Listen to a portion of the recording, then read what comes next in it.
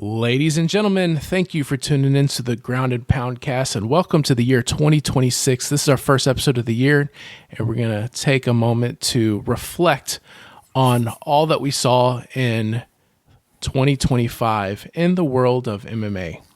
So, we have the entire Ground and Pound cast crew here. We have Rick and Roy. Tell everyone hi, Rick. Hey, everybody. Tell everybody hi, Nostradamus. Hello to the world. He's still carrying over that Merry Christmas cheer from the last episode. It hasn't quite worn off just yet. But that's just great because I think we're going to need that energy when we break down all of the year 2025. You guys ready to do this? Let's do it. All right. So for starters, we just have to go fighter of the year. And let's go ahead and start with Rick. Rick, take it away. Tell me who you picked for fighter of the year and why. So everybody's going to have their own definition. They're going to have their own view on things. But for me personally, you have to at least fight in 3 fights for the calendar year to be eligible on my list. So with that criteria in mind, I have a few different people here, and I'll, of course, get to the guy I thought. I put a lot of time and effort into this, so I want to kind of walk you down what I have here. Merab was John Jones, isn't it? For being kind John Jones. John Jones just missed out on my list. He's an honorable mention. But what I do have here is Merab, who had 4 fights and went 3-1, 2 decisions. He subbed O'Malley, but he lost to Jan. Still, 4 fights. That's a lot of activity to be the champ and carry the belt the bulk of the year. Very impressive. Waldo Acosta at heavyweight had 5 fights. He went 4-1, had 3 TKOs, a decision, and a decision loss to Sergey Pavlovich. That Pavlovich loss, he didn't look too impressive, but it's understandable to be concerned about that big right hand from Sergey. Nonetheless, he went 4-1 in 5 fights in 12 months.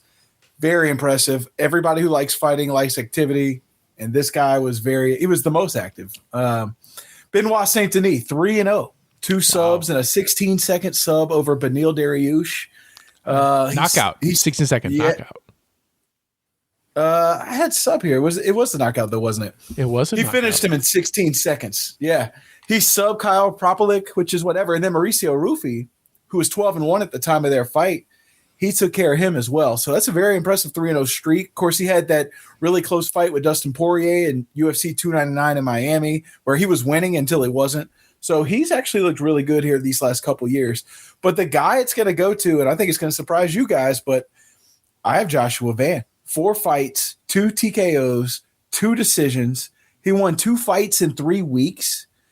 He had that epic battle with Brandon Royval, who was the number 2 flyweight, who he took out. He fought Bruno Silva 3 weeks before, who was the number 11 flyweight. It only took 26 seconds to dispatch the longest reigning UFC champ on the roster. So, yeah, I got Joshua Van as my fighter of the year, guys. You know, that's not a bad pick. Interesting. It's not a bad pick. I mean, it's kind of an obvious choice if you look at it, but it's definitely a worthy one. Yeah. Yeah, that's how I see it. That's definitely a fantastic year. I think, if nothing else, whenever many years from now when Jonathan Van retires, he's going to look back at 2025 and go, that was my year. At least I think it's hard to beat a year like that. So that is a good pick. I understand where you're coming from, and that makes a lot of sense. So let's turn it over to Roy. Who did you have for fight of the year and why? John Jones, for finally retiring and doing the one thing that everybody needed to happen in the heavyweight division. Okay. No, I'm kidding. But you're not going to like my actual pick, though. For me, there's 2 important things that come into this, and that's activity and sacrifice. And there's one guy who had as much activity as anybody else on the roster. I had forgotten about Waldo fighting 5 times this year. But that's Kevin Holland. I know on paper he went 2-3. But after being kicked in the junk twice, that, according to the internet, stopped him from being able to have children again. So you can imagine how hard he was actually kicked. He kept fighting. 5 fights, and after that kind of what am I looking for in a word here? Tenacity? Yes, that type of tenacity. that is what that's not just a fighter, that's a warrior. And he takes it as my number one of the year. Best, most entertaining fighter, and just has the heart of a champion if he doesn't have the skills. I mean, I could tell you that Rick and I, when we first started linking up and watching UFC, Kevin Holland was one of the names, the big names that we paid attention to, because we know he is active. He always gives it his all. Win or lose, he really does just give us very good, entertaining fights. Doesn't have any quitting in him. He wins some, he loses some, but it's always entertaining. And the dude is one of the most, if not the most active fighter in UFC history. So I get where you're coming from. All right, now my take for Fighter of the Year. So I mostly look at champions and champion activity because I think that's kind of like who shines the most. Whenever I think of Fighter of the Year, I'm immediately looking at the champions. Now, Rick had mentioned Van, who is currently a champion, but I'm thinking of champion runs through 2025 is really what's going to catch my attention. As Rick started off saying, everyone's going to have different categories. So, picking Holland and picking Van are valid for the reasons that they gave, but I'm looking at champion activity, and part of me wanted to give it to Islam Makhachev. I mean, having the dominant run that he had at lightweight and said, you know what, there's nothing left for me to do here. Let me move up to welterweight. Does it and wins, not just wins, but wins in dominating fashion. I almost wanted to give it to Islam Makhachev, but he only had, what was it, 2 fights in 2025? 2 fights. Yep. I have to look at who was really leading the charge, saying, we are the champions of the UFC. We're the ones that are going to give the exciting fights. We are the ones that are showing that we're on the top of the hill. Come and beat us. Those are the ones who lead the charge for excitement in the UFC. And when you look at it from that angle, it has to be Merab. If that is your category, even though he did lose the very last fight of the year, not the last fight of the year. He lost his last fight of the year. Or actually, was it the last fight of the year? It was the last fight of the year. No, it was the last fight of pay-per-views. There was a fight night after that with Manel Kape and Royval. But yeah, he lost the last pay-per-view fight of the year. But when you still go 3-1, 4 fights in one calendar year from January to December, 4 fights, all title defenses, and he beat Umar, Sean O'Malley. He lost to Petr Yan, and who was the other one he defended against? Name slipped my mind. I have to look it up.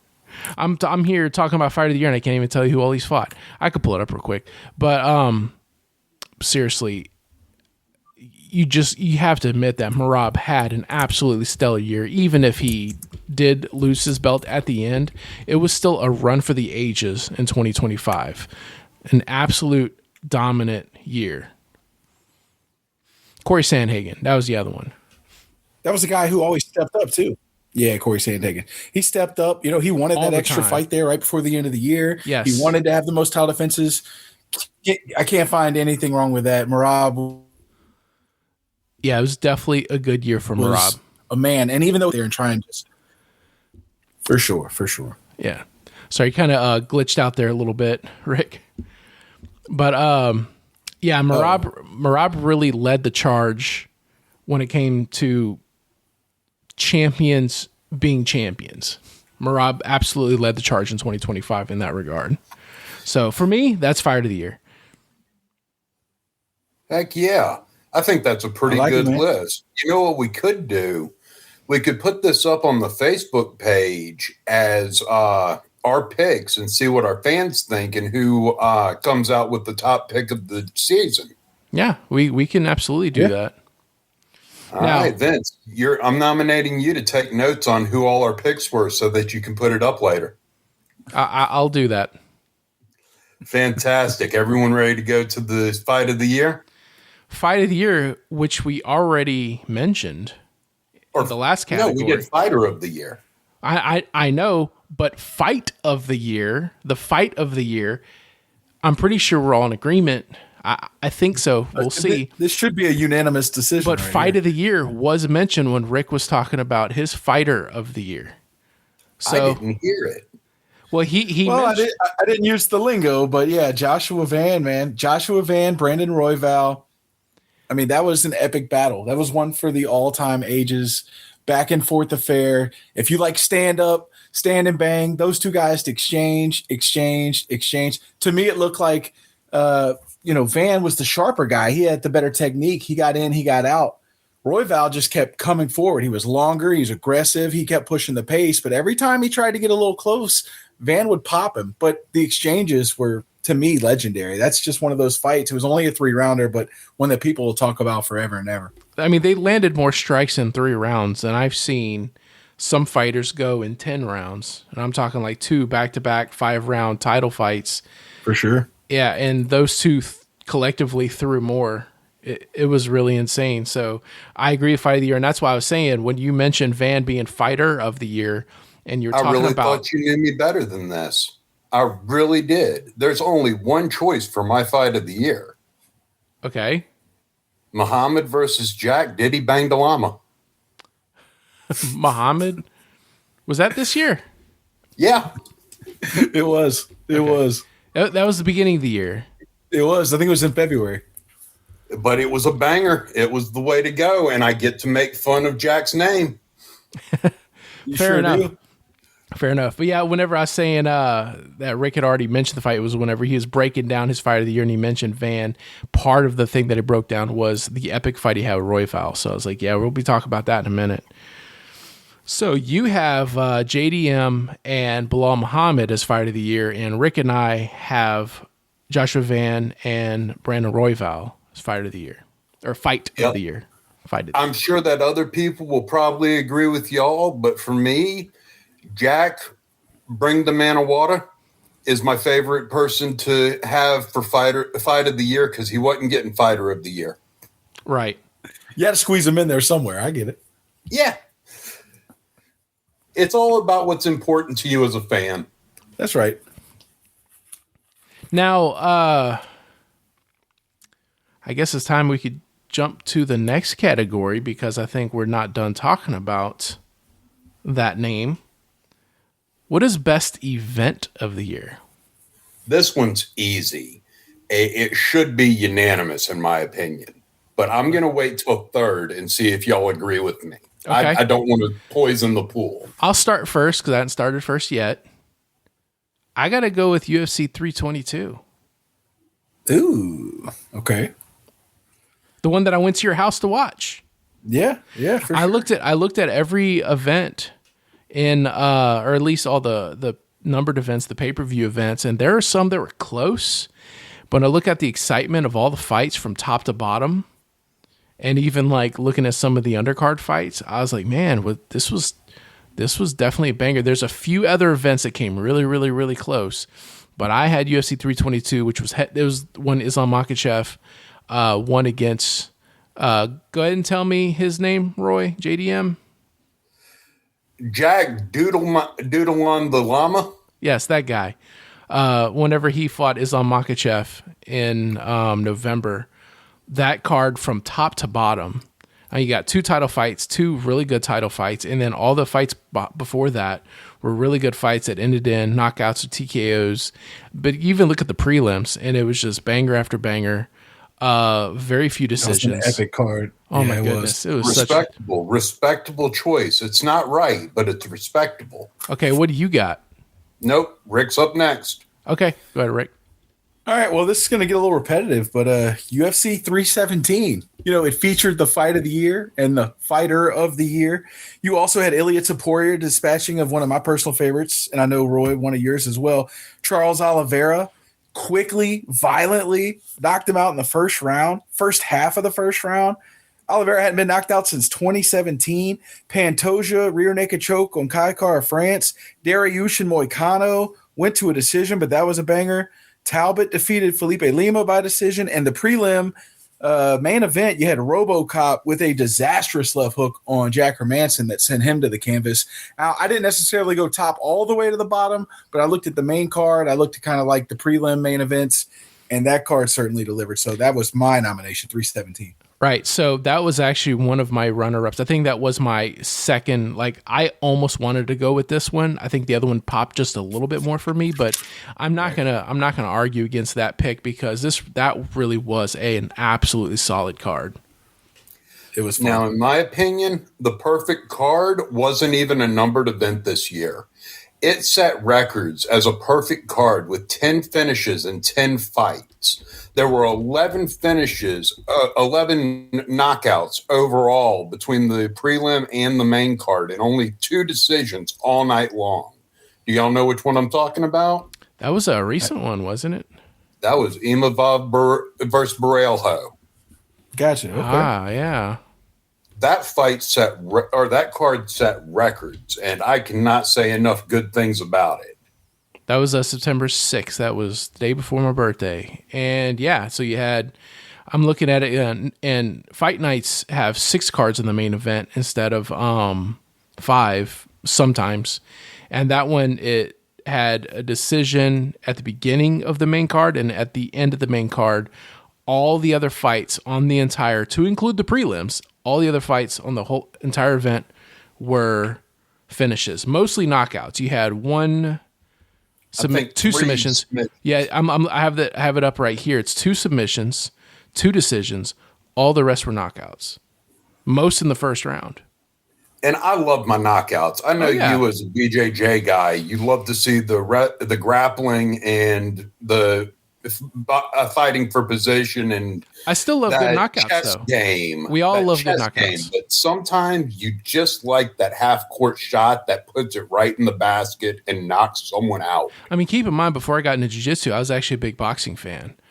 So I came up on boxing long before MMA. I was a big Mike Tyson fan. So yeah, I have a lot of love. Oh, come on. I have a lot of love for good knockouts. So yeah, absolutely. That's a good pick. Nice. All right. So up next, this is the category where I think we'll, for all sure, be in agreement. What is the biggest disappointment of the year? Of all the ones, there's some, like the other ones that we just mentioned, we were almost in agreement. It's like, okay, that your pick was my runner-up pick. I will be really surprised if we do not all agree on this one. Roy, you have not started first on any of these categories yet. So you start biggest disappointment of the year. I waited 13 months to see Tom Aspinall get off the bench and defend heavyweight gold. For him to be stabbed in the eye with dirty fingernails in 3 minutes? I will be angry about this for years. You should be. Yeah. That's my biggest disappointment of the year. Since we started this podcast, I have been proclaiming in every episode I'm in my excitement for the heavyweight division and the resurgence that I see coming with Tom Aspinall at the lead as an active champion. And Cyril Gane, one of the dirtiest fighters that I've ever seen in my life, after kicking John Jones in the junk and then poking Tom in the eye, he touched his face 6 freaking times in 3 minutes and poked him twice. I love the anger. You hear that? Keep going. Passion. Keep going. Cook. Passion, sir. Cook. To have waited 13 months for that ending to who should be one of the greatest champions of heavyweight ever. A guy who already got robbed of the most heavyweight wins in a row because of a busted knee. And now he has a chance to defend his strap, and you're going to poke him in the eye, and the UFC does nothing about it. That's the other disappointment. The UFC says, we're going to make changes, and then they back off, and they say, it's all right. Keep kicking in the balls. Keep poking in the eye. I think I'm going to change my answer. The biggest disappointment this year is the lack of care for the fighters that the UFC showed. All right. Wow, I went full circle there. All right, Roy, take a breath. Rick, did anything disappoint you more than seeing Tom Aspinall get poked in the eye and in this long-awaited fight and long-awaited time to have the heavyweight division moving again, ending in a controversial no contest? Is there anything that was more disappointing? Well, let me just say there's no way to follow that up because he summed up everything. But I took this a little bit of a different direction. I agree that Aspinall getting poked in the eye is the biggest disappointment, if not the rule enforcement itself not actually occurring. So whether you want to take it either way, it's all just super disappointing. It's the biggest gray cloud over the sport. We've hit on it on other pods, but I decided to just take this a different way, since I'm sure we would all agree, but just to give a different vantage point, this is something I was personally disappointed about.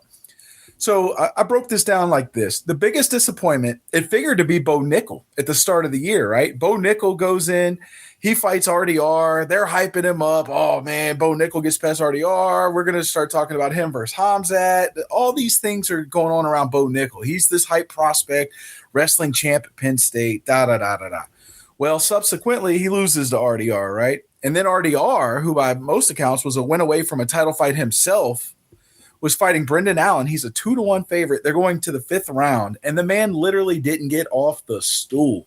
Now, as a fight fan, that's super disappointing as well. I'm watching this guy. I was hyped to watch him. Oh, he's great with the ground game. He's going to give Bo Nickel issues, and then he did. And then, okay, well, now he's going to go in here and he's going to fight Brendan Allen. Brendan Allen's great with jiu-jitsu. This will kind of be an easier fight for him, though. He's a top 5-7 guy. He'll get the win. Now he's going to be putting himself in a title fight. And just to sit and quit on the stool, to not even walk and participate in the 5th round of a fight that could put you in a championship, and you don't do it, you just sit there. That's it. No mosh. You throw in the towel. You don't even want to fight. I mean, this is what it's all about. And you quit. That's so disappointing. I hate seeing that. So again, agree with the Aspinall, agree with the rule enforcement, but different angle. I was disappointed to see one of these big hotshot names just quit on the stool. That was heartbreaking to see. He really, that was the last way that I saw that fight going. I expected, even if he got his ass kicked, that he would keep going. To sit down and just throw in the towel, utter disappointment. Yeah. You know what else is disappointing? We're not done talking about the Tom Aspinall eye poke. I haven't given my take yet on the biggest disappointment of the year. So for starters, my pick is obviously Tom Aspinall eye poke situation, for the reasons that Roy so eloquently listed out. I agree with every single word of everything you just said, but there's something I'm going to add to that. Another aggravation that revolves that situation, or revolves around that situation. Yes, everything that Roy said, 100%. That was absolutely the most disappointing thing of the year. But another element, another layer of that disappointment is all of these lame brain MMA fans. Sorry, I'm not trying to call out our audience, MMA fans that listen to us. Our audience isn't like that, though. No, they should be. They're astute morons. Yes, if they listen to us, they are the highest. They're the highest quality of MMA fans. That's but right. when you go You're on, worrying about listening to Guru. when you go onto Twitter, you go onto Facebook, you go onto Instagram, you go onto YouTube, and you see people commenting about the eye poke situation, the commenting about Tom Aspinall. The dude saw doctors after the fact, and he was diagnosed with a condition. The dude has had to have surgery, but because the doctor in the ring shined a flashlight in his eye and says his eye looked good, all of a sudden that means he has no injury. All these lame brain fans out there that went on this long tirade talking about how Tom quit, he was faking the injury because he losing the fight, and yada yada yada. And look, I think all three of us will agree that Ciryl Gane was at the very least winning that round. I disagree. I think that your opinion is colored by the fact that Tom's nose started bleeding. They were almost exactly even on strikes, and Tom had more significant head strikes than Ciryl did. Ciryl Gane had more overall strikes, and there was more visible damage. I don't count kicking in the legs as much as most people do. Hey, well, then you have the failed Tom takedown, which that was a big part of it too. But it's if you wait a minute, Gane prevented the take. First time Ciryl poked Tom in the eye. Well, regardless, though, of who you have in winning the round, I would say, okay, at least this is factual. Most people would agree that Gane was winning the round. That's just factual. But regardless of that, that doesn't mean that Tom Aspinall was quitting because he was losing the round. Like, he was down, even if he was. Let's pretend that Gane was more was winning by even a bigger range of strikes or whatever. Yeah, larger margin. Winning by expectations. No one expected him to do that well, so it makes it look better. But But what I'm getting at is like, even if it was very clear that Tom was not winning that round, he's not just going to like find an easy way out. All these people that are saying that he was faking, that saying he was quitting, that he paid off doctors to say that he had this condition and yada, yada, yada. That I'm seeing so much commentary. Like Tom Aspinall is one of the most, if not the most unfortunate fighter in UFC history. I mean, the dude was called up to fight for an interim title. Like they needed somebody. It was supposed to be Sergey Pavlovich as a backup fighter in case something happened between John Jones and Stipe Miocic, and something happened. And so instead of having Sergey come up as a replacement, they just said, okay, you're going to fight for an interim. Let's find who else is ranked close to you. The next closest person was Tom. Tom won the fight. Tom becomes interim champion. He has done nothing wrong, but immediately MMA fans turned on him. And this was back in 2023 or 2024. It was long before 2025, but like fans started hating on him just for becoming interim champion. Then the interim champion doing interim champion stuff is like, okay, well, I'm interim champion. I'm basically automatic. What other interim champion has ever been made to defend an interim champ belt? There has been a couple of times, but that's another rabbit hole to go down. Yeah. It's rarely happened, but regardless of all that, fans immediately started hating on him because he's like, okay, I'm interim champion, so I need to unify against champion. So, hey, John Jones, when you come back, let's do this. That is just normal. That's how it works. And then for some reason, fans hated on him for it. So then the fight ended up not happening, as we know, because John Jones dropped out and everything. And then so, okay, well, he has to just fight against someone else. So he does his defense against Cyril Gane. It ended the way he did. It was a foul where he was not able to continue, and the fans just hated on him more. And it's so ridiculous the amount of hate that he gets in it. And the thing is, I'm not even like this diehard Tom Aspinall fan. I think he's all right. He seems like a decent enough dude. He's an entertaining enough fighter. I'm not this diehard Tom Aspinall stan. Like I want to defend him at every turn. I'm just looking at the facts and how things played out, and I really think that he has been the most unfairly treated MMA fighter that I've seen in UFC history, and I've been watching it since the 90s. And the fans are to blame for that. Why I am such a fan is because of how unfortunate his career has gone, and he keeps rising above it. Right, and it does make me like him more. It does make me want to defend him more. But I just want to make it clear for anyone listening that the reason I'm saying these things aren't simply because I'm a Tom fanboy and I'm just doing everything I can to defend my boy. I'm just breaking things down honestly. I'm just breaking things because the thing is, it's a narrative. Like whenever someone defends someone, like over the top defends someone, they think, well, you're just being a fanboy and you're going to defend them at any turn, even if it's not realistic. I'm just giving realistic reasons why people shouldn't be hating him the way he is. But I know we've kind of gone a little into the weeds here, but adding to the disappointment, everything that you said, Roy, I agree, but I'm going to add the extra layer of the hatred he has received on top of that and after that with the whole, the Brown's disease or whatever it was, the diagnosis that he had to have eye surgery, and people keep saying he's faking it, he's paying off doctors, yada, yada, yada. That's an extra layer of the disappointment to add to all that. It was a very disappointing situation all around. That's basically all I got on that. Let's be realistic. Let's say that in a hypothetical world, the man who just made $2.5 million, who is total worth about $4 million, doesn't have the resources to get some of the best doctors on the planet to put their reputations on the line, along with all future investment from the UFC in helping their fighters, and walk away, with financially stable. To get someone as good as the doctors that are vouching for him to vouch for him, to pay them off, he would need a hell of a lot more money. Yeah. It's John Jones fanboys doing everything they can to hate on somebody who is trying to take down their boy. That's all it is. Let's be honest. Let's call it like it is.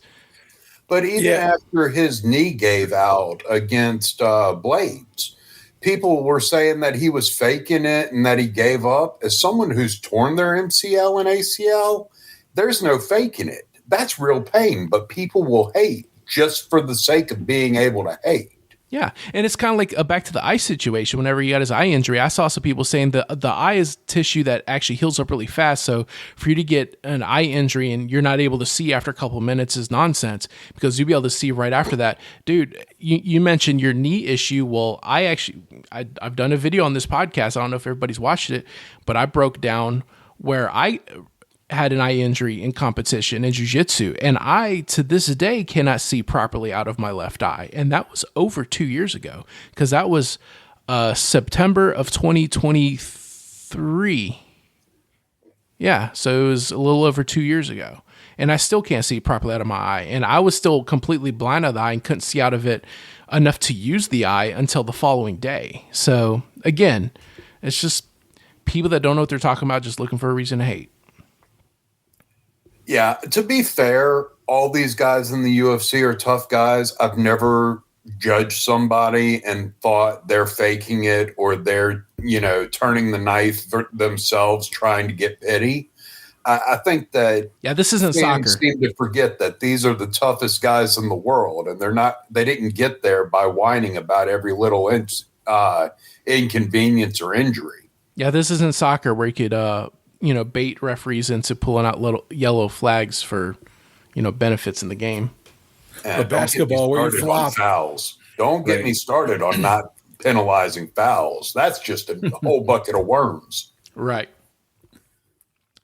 So, we've talked a whole lot about eye pokes, and you know what? I don't think we're done talking about eye pokes, because the next category, I think we've talked enough about the biggest disappointment. We're getting a little too worked up.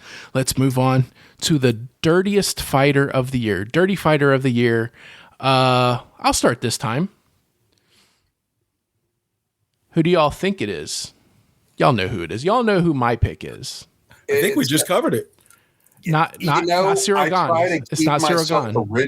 From being the same as you guys, so I didn't go with who I would normally impulsively say it is. So why don't we hear it and then see where we land? All right, so it's not Cyril Gane, although I think he is silver medal for Dirty Fighter of the Year.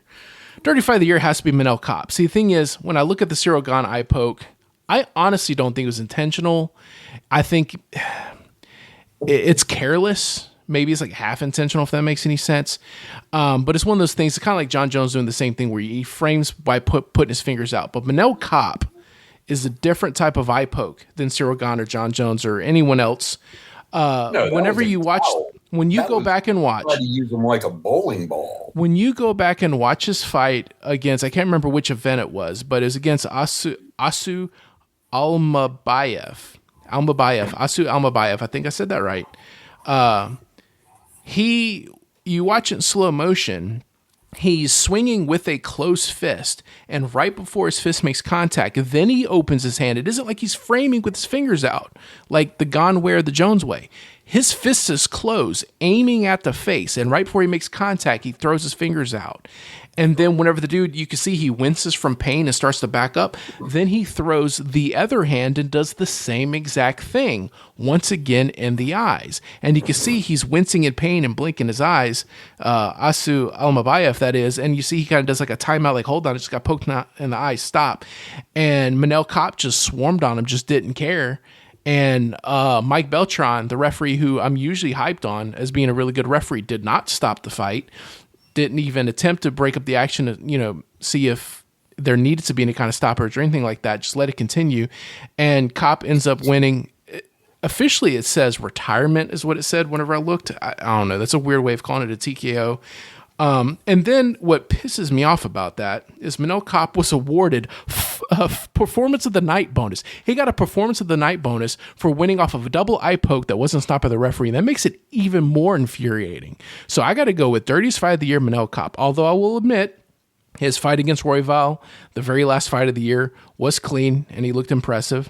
I cannot deny that. But whenever I look at that, I cannot think of a single fight in the year 2025 that had a more controversial and dirty tactics ending than that Manel Kape fight. So that is my pick for Dirty Fighter of the Year. All right. I got to go Yadong versus Cejudo. I know that's out of left field, and It was from the beginning of the year, so it's had time to fester and other people to do it. But between the eye poke and the illegal blows to the back of the head, I was not convinced that those strikes were unintentional. I think Yadong knew what he was doing, and I'm going to relish seeing O'Malley beat his face in. Interesting pick. Good. I like it. I also, to me, the Ciryl Gane thing, I know we covered that. That to me, he had his hands out. That was just ultra dirty and on purpose. I mean, he raked his eyes multiple times, multiple eyes with multiple hands. I mean, I don't know how much dirtier you can really be.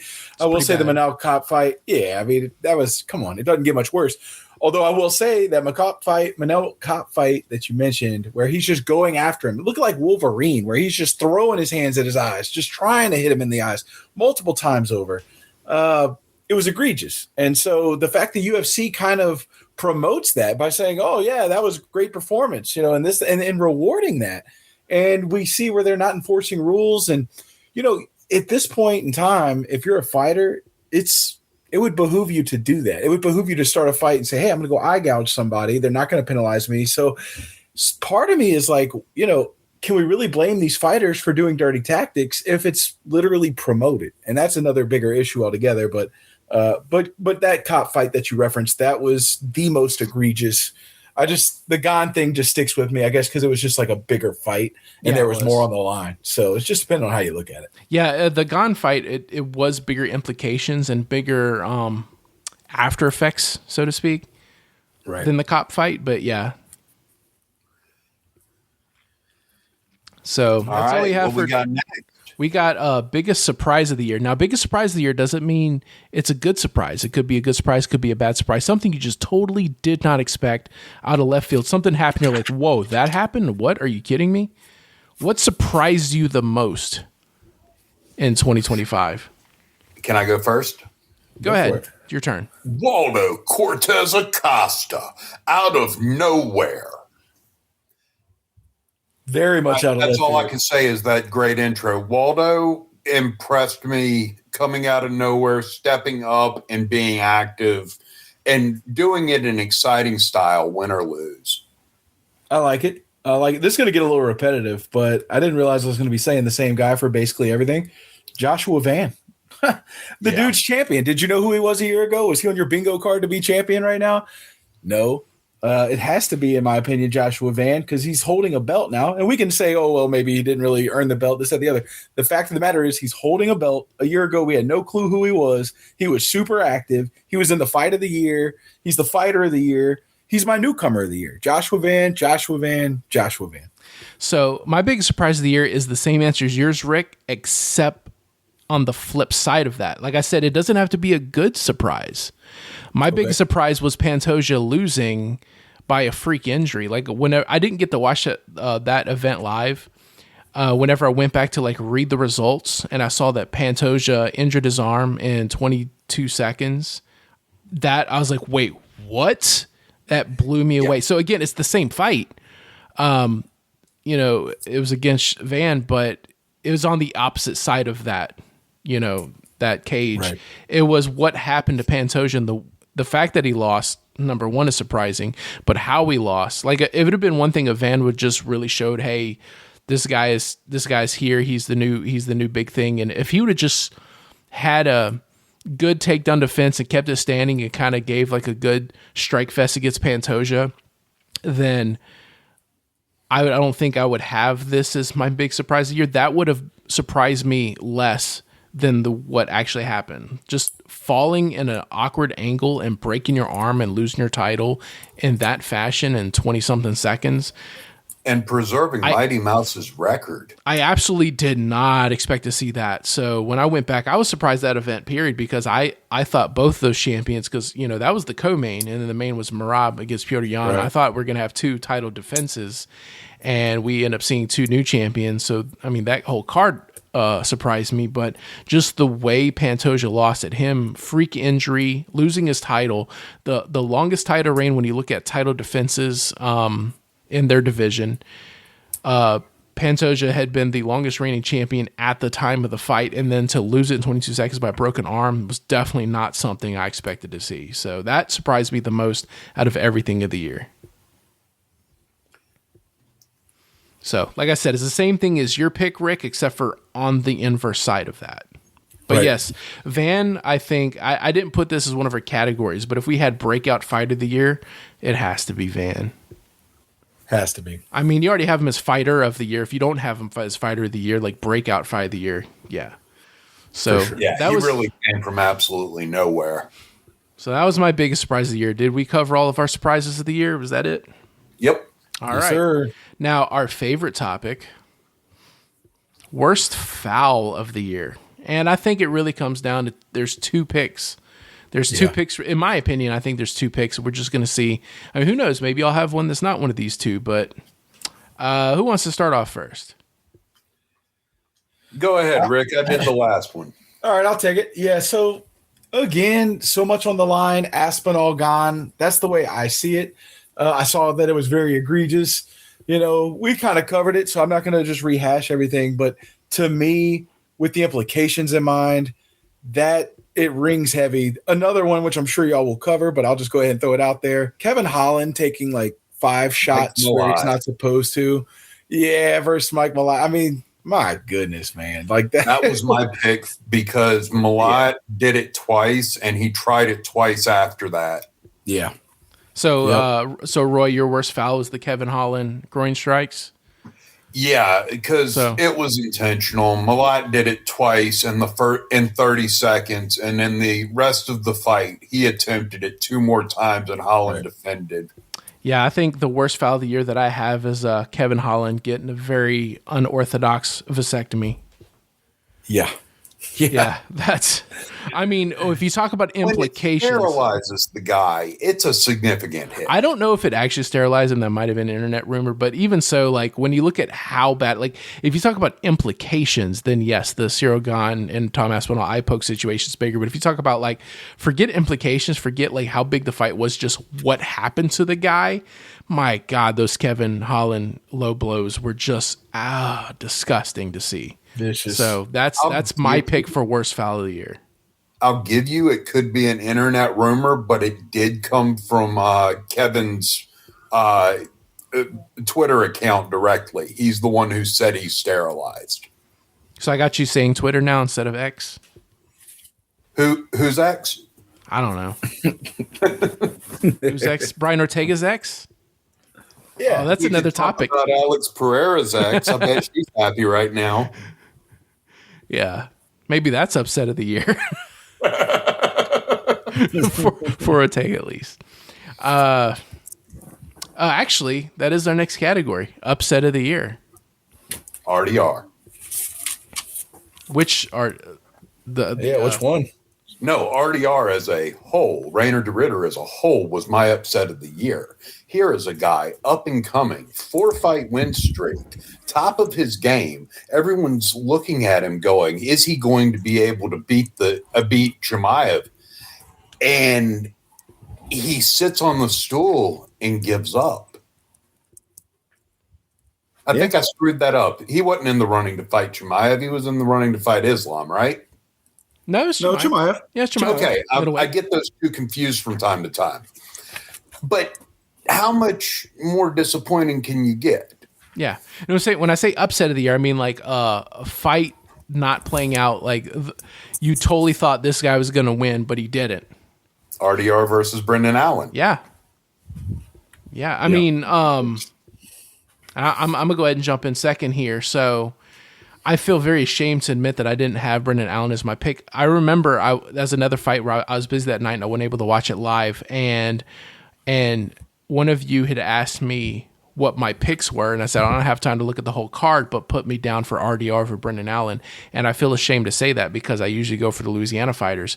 But again, if you look at the time, and I think I said this on the last episode or maybe the episode before, Brendan Allen he wins more than he loses. He's a good fighter, but he does lose against other people who are not really highly ranked. So he's one of those fighters that you look at as good but not great, whereas RDR had an incredible career up to that. If you were to just remove the Brendan Allen fight and look at all of his other fights, he would have been in the running for one of the best fighters of the year. He was on a killer record, on a really nice run, very close to getting a title shot, and that was probably an unofficial number one contender fight. It's one of those fights where if fighter B wins, you're not going to necessarily give him a title shot because he hasn't really done enough, but the other one has done enough where it's like, okay, you win this one, you're probably next in line for a fight.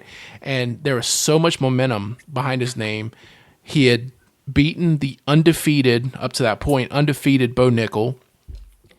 A lot of hype behind RDR and Brendan Allen, good but not great fighter. It's like, all right, RDR is going to win this one and get a title shot. And Brendan Allen, it wasn't like he did really good in one round and then RDR quit. Like, he was dominating him every single round, just made him look like an amateur.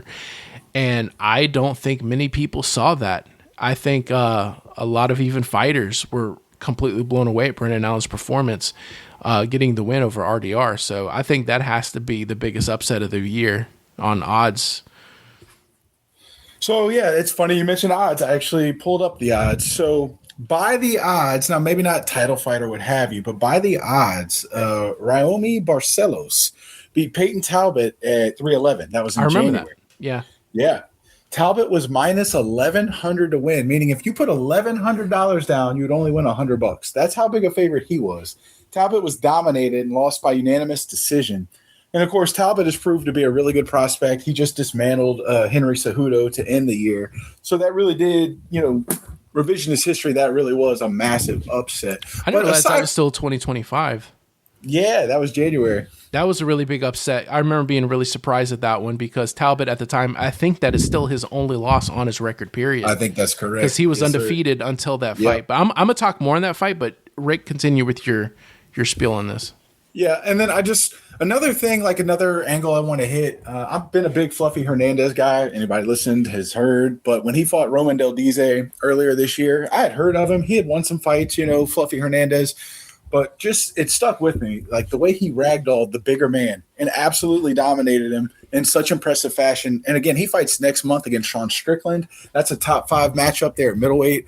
I think he's going to have his way with Strickland. A lot of people think Strickland would be a good match for Chimaev. I don't think he's going to get past Fluffy. I really don't. I think he's that good.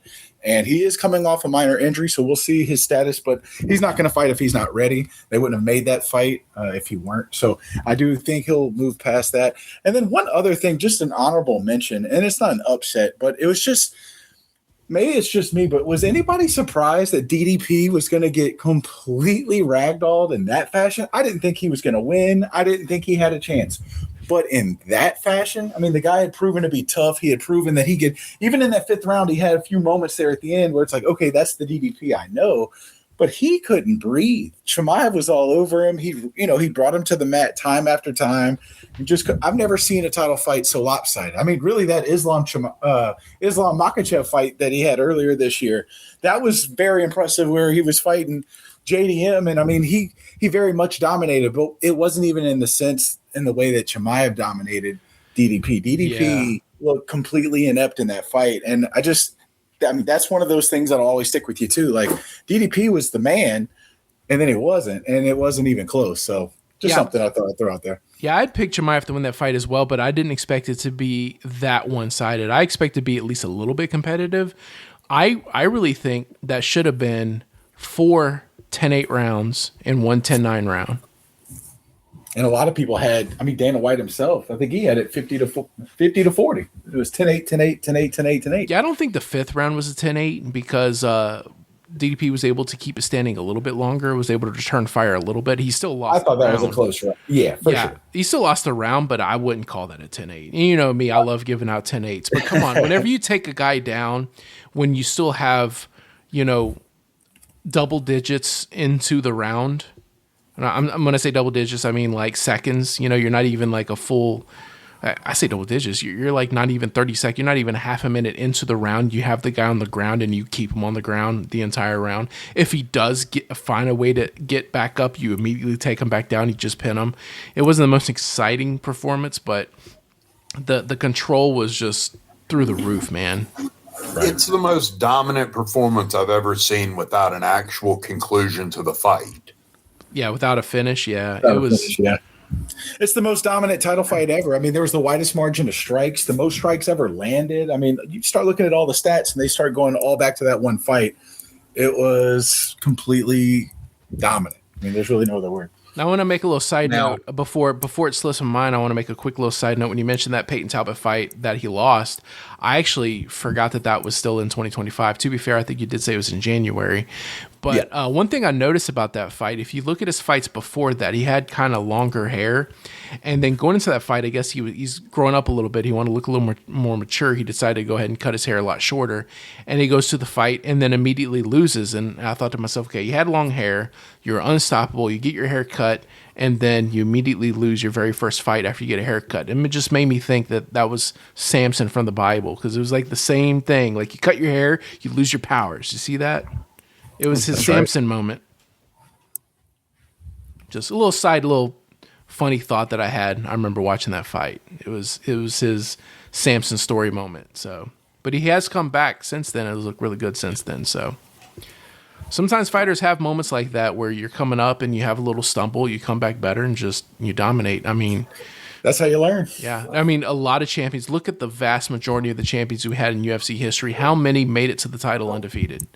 There have been a handful, sure, but the vast majority take a couple of losses along the way. It happens, man. Of course. Yeah, that's the norm. When you're willing to fight the best out there, it's going to happen that you're going to lose. Nobody, except for maybe Chimaev, is that far above and beyond the next level of competition. And even people will figure out how to deal with him. But even Islam's been knocked out. Yeah. GSP, his record, he's one of the greatest to have ever done it, maybe the greatest. And GSP has losses on his record because he took the best of the best on at a moment's notice anytime that he was called to do it. And that's why he's a legend. Right. He lost his first title fight ever, if I'm not mistaken, whenever he challenged Matt Hughes for the title, and he lost. Yep. And he came back better and he beat him. And then in one of his title defenses, just, a puncher's chance. That's an example of puncher's chance. Matt Serra caught him, and still GSP is considered on the Mount Rushmore greatest fighters of all time. Anderson Silva had a whole lot of losses. Anderson Silva had a handful of losses before he made it to the UFC, and his record wasn't as great at the end, but he's still a legend. It happens, Unless you do what John Jones did and stop fighting, unless hand-picked opponents are given to you on a silver platter to preserve your legacy. Yeah. At his peak, he fought the best, but once that peak started to hit an end with Reyes, you saw him totally disconnect from fighting the top tier. Yeah. Technically, he has a loss because of the DQ, but I mean, what was that, Hamill? Matt Hamill. Nobody's counting that. Yeah, I don't even, and I'm the biggest John Jones hater on the planet, and I don't even count that. He completely dominated. It'd have been one thing called about 30 seconds before the illegal elbow. It was over. Yeah, like it'd have been one thing if Matt Hamill's beating the brakes off of him, and then John Jones does something dirty and then lost by DQ. I'd be like, yeah, but that's not what happened. Like he TKO'd him with a move that was illegal at the time and is no longer illegal. So it's like, Can't really give that one to Jones. That's why I say he is not undefeated. Wins that are questionable, like Cormier 2, where he pops positive for PDEs. I don't really count that as a win. Well, it did get overturned to a no contest. Yeah, but with John Jones, that's why I say like he has also a few fights where people say he should have lost on the cards, but he didn't. Reyes. Like his Reyes and also the first Gustafsson fight. I remember watching that one just one room over from where I'm sitting right now, and I was like jumping up and down in my living room excited because I'm finally going to see John Jones lose. And then when they announced the winner as John Jones, I was like, what? How? But at the end of the day, like these people still didn't beat him. So he is not undefeated quote unquote, but he is unbeaten. Right. Whether I want to admit it or not, it's a simple fact. So there's only 2 fighters in that category, John and Uncle Chael. That's right. Well, you got Khabib. Well, there's undefeated guys out there. No, Khabib is both undefeated and unbeaten. Oh yeah. I get what you're saying. I see where he's going. I got you. So basically, that's all I had for all the categories. Y'all have any categories that I missed? I didn't do breakout fight of the year. I didn't think to do that one, but I think we might all agree that that's Van. Yeah. Oh yeah. Well, it's Van or Waldo. It's one of the two. I think Waldo has a potential of getting that in 2026. We'll keep an eye on him for sure. And also, because we love talk about heavyweight, Walter Walker and Mario Pinto. And last episode, I said there's another guy, and I can't remember his name. What is it? It's Vitor Petrino, who's actually not undefeated in the UFC. He does have 1 loss, but the other fights he's had has looked really, really, really good. There's 2 unranked guys that I've watched recently, and I'm like, man, there's a lot of talent in these 2. I want to see them fight some ranked people, and I want to see them come up. And it's Vitor Petrino and Mario Pinto. Keep your eyes on those guys. And then in the rankings, Waldo Cortez Acosta, Walter Walker. Those are the names that we need to shake up. Gable Stevenson is the name to watch. He's getting trained by John Jones, wrestling champ, gold medalist. He's only 25 years old. He's already played in the NFL. He'd never played football before, but he was just such a freak athlete. The Buffalo Bills gave him a tryout. He was dominating but he just didn't know football. He never played it, so he's not really ready to play it. But from a physical standpoint, they said was dominating. I actually watched his little episode he had with Rogan, so I learned a lot about him. This guy is getting groomed by John Jones and should run through the heavyweight division. So that's a name you should also watch, Gable Stevenson. Yeah. Well, he needs to join the UFC first. He does. But I think that's in short order. Rumor is he's going to be on the White House card, on the undercard. His last fight was actually in November in Anthony Pettis FC 21. Anthony Pettis has his own division, his own company. That's interesting. Wow. I miss Anthony Pettis, man. He was one of the most, in his prime. He was fun, man. Man, he was fun. I mean, of course, you could talk about that cage kick against Benson Henderson, but if you look at the other fights he had against Benson Henderson, his title run in the UFC, his entire WC run, one of the most exciting fighters of all time in his prime. No doubt. Absolutely. Well, if we're just kind of rambling. Fighters coming into the UFC to watch out for this year, I got 2 of them. Okay. Frederick Vroskrone, I expect him to make the UFC this year. He looks like a Neanderthal version of Paddy Pimblett. Yes. Is he joining the UFC? Yeah. I've been hyped for him to join. Is he? It's rumored, but I'm expecting it to happen in the next 12 months. Yeah. The other one, and I'm going to throw this out there because we've done a huge disservice tonight, gentlemen, and not mentioned a single female in our entire podcast. Dakota DeChiva is going to be making it over to the UFC, I think, and she's going to be a force in the strawweight division. Yeah, I've actually seen that name mentioned. Yeah, we haven't mentioned the female fighters. Let's impromptu category, female fight of the year. Oh, man. Yikes. Put me on the spot, man. I got to go with Shevchenko. Yeah, that's true. I almost want to say Zhang Wei Li because, man, her run was so impressive. But I think she's only had 2 fights this year, and she went 1-1, if I'm not mistaken. Right. I could confirm that real quick. I will say that her Tatiana Suarez fight was just the way it played out was absolutely incredible. Yeah, so she had only 2 fights this year, went 1-1, so I can't quite list her, but it was still impressive. The one title defense she had was very impressive the way it played out, and then to move up and challenge the GOAT in that division was good. But when you look at the run Shevchenko's had, she lost the title, fought, got it back. She had a really exciting trilogy with Grasso and defeated who is probably the strawweight GOAT. So she went only 2-0 in 2025, but still against 2 very big names in Manon has to be the best resume and Zhang Wei Li, because Kayla Harrison would be the only other woman that you could bring up, And I think she's only fought once in 2025. I believe that's check right. that. So it's going to come down to those three. And yeah, she's only fought once. So yeah, I think you have to give it to Shevchenko. No doubt. That's the pick. I agree, but to throw a little lighter fluid on it and just be different, I'm going to go ahead and give my vote to Mackenzie Dern for getting her belt. I'll say that was based on that ass. Yes. No, I'm going to say someone who has had a really rough time and wins some, loses some, career comeback. She is definitely making a statement for one of the best career comebacks you could possibly have. The fact that she has taken some recent losses and still come back to able to beat a very dangerous opponent in Verna Jandiroba. Very dangerous opponent. So none of us genuinely thought that she was going to beat Jandiroba. No, and the thing is, she had already beaten Verna before, but that was a good while back. That was a handful of years ago. And if you look at all the fights they've had outside of each other, Jandiroba's looked way better. Mm-hmm. So I definitely didn't see that one coming. That was actually one of the names that I thought of for upset of the year.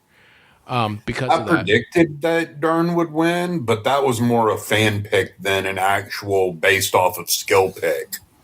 Yeah.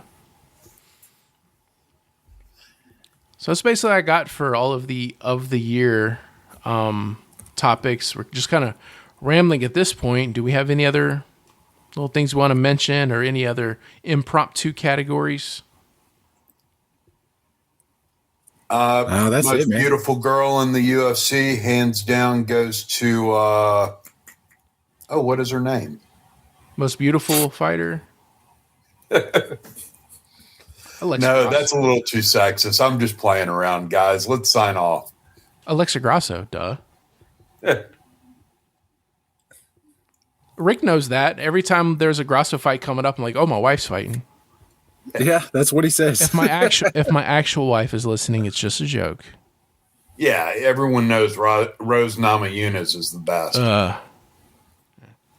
It's still crazy. I know we're just kind of rambling at this point, but it's still crazy to me that Zhang Weili, as big of a fan as I am of her, and the fact that she hasn't lost to anybody except to Shevchenko, and she's 0-2 against Rose. She's beaten everybody else. I can understand the loss to Shevchenko. Bigger fighter, really high-level fighter. But the fact that she's 0-2 against Rose, and Rose, after her title run, has not had the best career. She'll win, she'll lose, win, lose, win, lose. But she has 2 wins over Zhang Weili, who is arguably the strawweight GOAT. That's crazy to me. That makes Rose the GOAT. She's not. I'm sorry. I don't care. I don't care if she's 2-0 over Zhang. When you look at the title run and just the overall career you've had in the division, that's like saying Eli Manning's a better quarterback than Tom Brady because he's 2-0 against him in the Super Bowl. It's like, well, that's impressive, but that doesn't make you. Yeah, I agree. Like, come on. Do you really think if they had the third fight, what do you think the odds would be? Right. I'm still picking Brady. You're still right. Styles make fights. Yes, but Zhang is like still in her prime. I think she's only gotten better. Like every fight I watch her, it seems like she's a little bit better. Yes, she did lose pretty one-sided against Shevchenko, but that's Shevchenko. Outside of that, she just keeps getting better and better, where Rose is not. Rose is clearly past her prime. Two different Rose has definitely resigned herself to gatekeeper status. Right. Is she at that 67%? Is she at that 67%? Yeah, right at it. Yeah, let's see. We looked this up a couple weeks ago. The Mendoza line. Right at it. I'm telling you, it's something I've noticed, man. When you're at 67% wins, you are a gatekeeper. If you're lower than that, you're not even a gatekeeper. So, Rose Namajunas is 14-7. She is exactly 67%. Yep. There it is. You guys keep listening. You're going to pick up on things like that. We're going to share little nuggets for you. Yeah. Well, that's all I got. Anything else you guys want to say before we sign off? It should be a fun new year. I'm excited that I'm not going to have to try and illegally stream. Did I say that out loud? All these fights. So it'll be fun to be able to have Paramount and watch it and no issues. I'm looking forward to that. all fight fans should be looking forward to that. Oh, and actually, there is something I want to say on that because there's rumors going around. Us three were talking about it in our little group text about how whenever you try to go back and watch other fights, it was going to cost. If you don't watch them live, it's going to cost you like $3. I don't know if that was a rumor. I don't know how that's supposed to work, if it is supposed to be something like that. But I decided to test it out because I went ahead and signed up for the Paramount. And I went to random recent fights. I went to some like really old fights from years ago and just pulled up random fights to see if it'd play. And it played. I wasn't getting charged for anything. And then I went to recent ones, like one pay-per-view back, and pulled up those fights, and I didn't have any issues with that. Also, for anybody listening, if you are a military veteran, military active serving, retired, or even a dependent, you will get a 50% off discount to the Paramount Plus subscription. Just want to throw that out there. I'm glad I thought about looking that up. I have some subscriptions. You know, I got like Netflix and Amazon Prime, and I got a whole bunch of them. And I didn't even think to see if they do military discounts, and it turns out most of them do. But whenever I was doing the Paramount one, it's the first time I actually thought to look it up. And I saw there's a 50% off discount. I said, that can't be right. That sounds too good to be true. And I dug into it deeper, and yes, it's true. I signed up. I'm only paying half price because I'm a military veteran, so that's nice. That's awesome. So just want to throw that out there. So that's all I got. We are just a few more weeks away, and we'll be going into UFC 320. Is it 4? 325? Something like Maybe that. it is 24. Yeah, January 24th, UFC 324. So the week before that, we'll get back into our normal routine of where we do predictions. And then that weekend after January 24th, we will be doing the breakdown of that fight. So make sure y'all tune in for those. In the meantime, we're just going to keep talking about whatever MMA news comes up or anything else that we feel like talk about on the topic of MMA. If we have to, we'll look at other MMA organizations or boxing like we did a few weeks ago. We'll still keep it fun and interesting because we just love. We will find a way to talk about somebody fighting somebody if it has to come down between Tina Turner and Ike Turner. Oh man, I forgot his name. Ike Turner. If Tina and Ike, we will find a fight to talk about. Right. I mean, if we have to fight each other just to make it interesting, triple threat match. Dana versus. Why you interrupting me? Why you interrupting me, Rick? You want to fight? Let's do it. Let's do it. Let's do it next time on Jiu-Jitsu. It's going to be Jiu-Jitsu rules, though. I don't. Right, my face is too pretty to get punched. We're going to grapple. I got you. All right, so we'll all see you next week. So have a good one. Take care.